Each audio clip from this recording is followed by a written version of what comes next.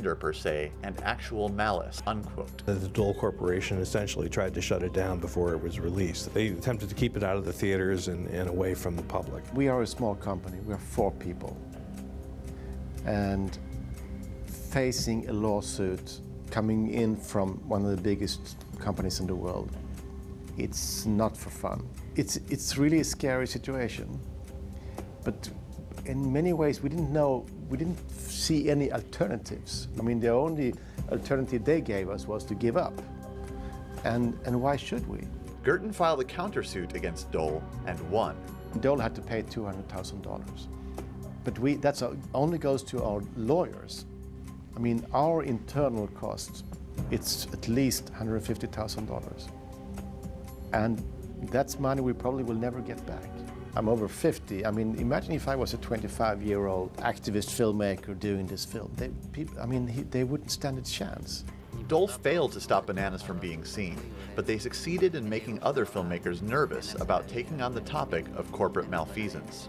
Chevron succeeded in obtaining the footage they wanted from Crude, a case that may affect journalists' ability to protect their sources in the future. And this may just be the beginning. Corporations will just continue to go after filmmakers like that because they can wear them down. It's about freedom of speech. That's the story. And we need to defend it, and we need to defend people who are put under pressure from big corporations. People have the right to tell the story.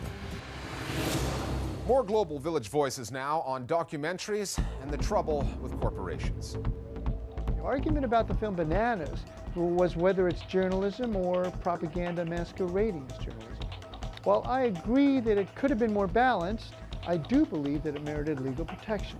Documentary filmmakers are investigative journalists.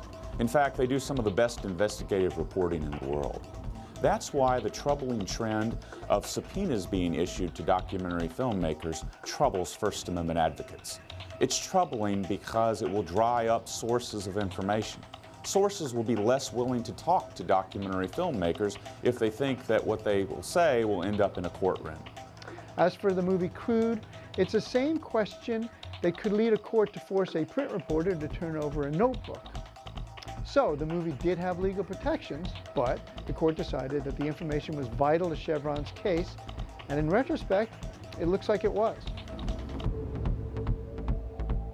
Finally, we've seen a lot of viral video, some of it musical in nature, over the revolution in Egypt. This is the music video that, as far as we can tell, has attracted the most hits. It's closing in on 1 million. The song's called Sut al-Hurriya, which means voice of freedom. It's mostly shot in Tahrir Square, where the singer, Amir Eid, gets protesters to sing or lip-sync his lyrics. Now, we only have time to show you some of this, but we've got the link to the entire track up on our Facebook page, where you can just click on the CC logo to get the closed captioning if you want to see the lyrics in English. We'll see you next time at The Listening Post.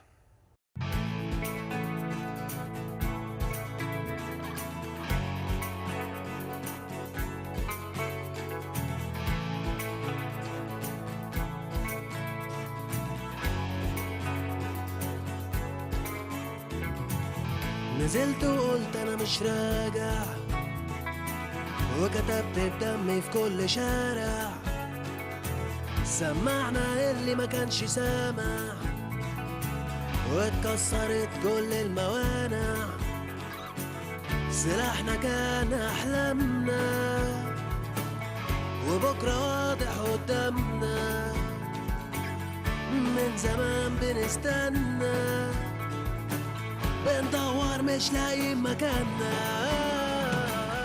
كل شارع أحلانا صبح رايح بينانا كل شارع أحلانا صبح رايح بينانا كل شارع في بلادي كل شارع في بلادي صبح رايح بينانا.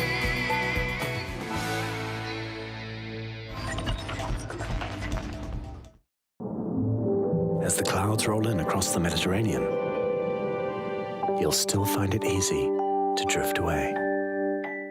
Hello, we've got some good cricket weather across a good part of South Asia at the moment. There is some cloud around and indeed some rain.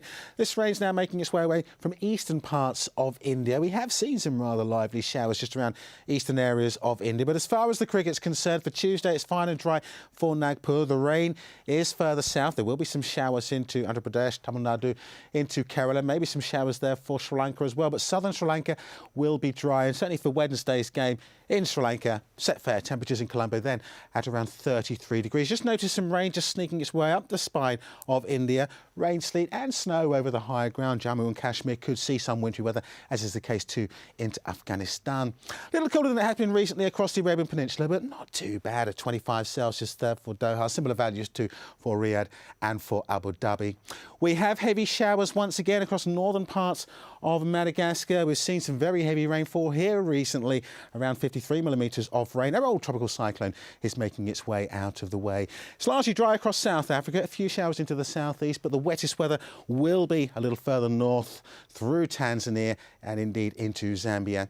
Heavy showers once again clinging to northern areas of Algeria, Tunisia and northern Libya. Qatar Airways, world's 5-star airline. All sides, all views, all ways. Al Jazeera. On counting the cost, food, why does it cost so much and how many more millions are being priced out of the basics? We'll hear directly from the World Bank for its take on an ongoing crisis. Plus big business, as Nokia and Microsoft join forces, we assess the tech market.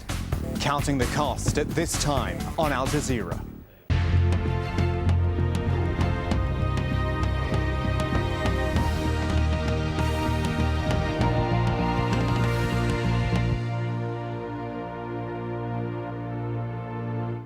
This is Al Jazeera.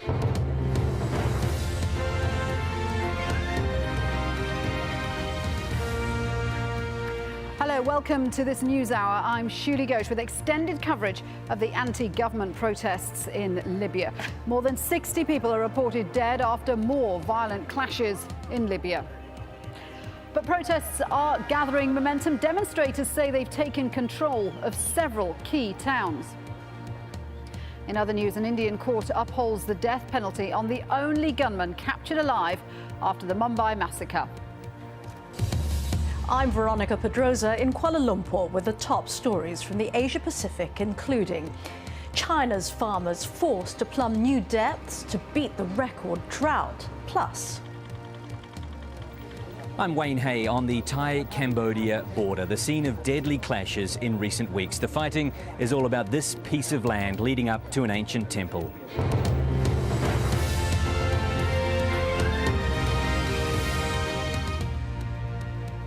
We begin with Libya, where anti-government demonstrations are spreading. The eastern city of Benghazi is in the hands of protesters, and there are reports that Al-Baida and Sebha have also been taken over. Now the unrest has spread to the capital, Tripoli, where security is the most intense. Police stations are under attack. Government buildings have been set on fire. And as the clamour grows for Muammar Gaddafi's removal, one of his sons is warning of civil war. Let's take a look at some of the latest developments.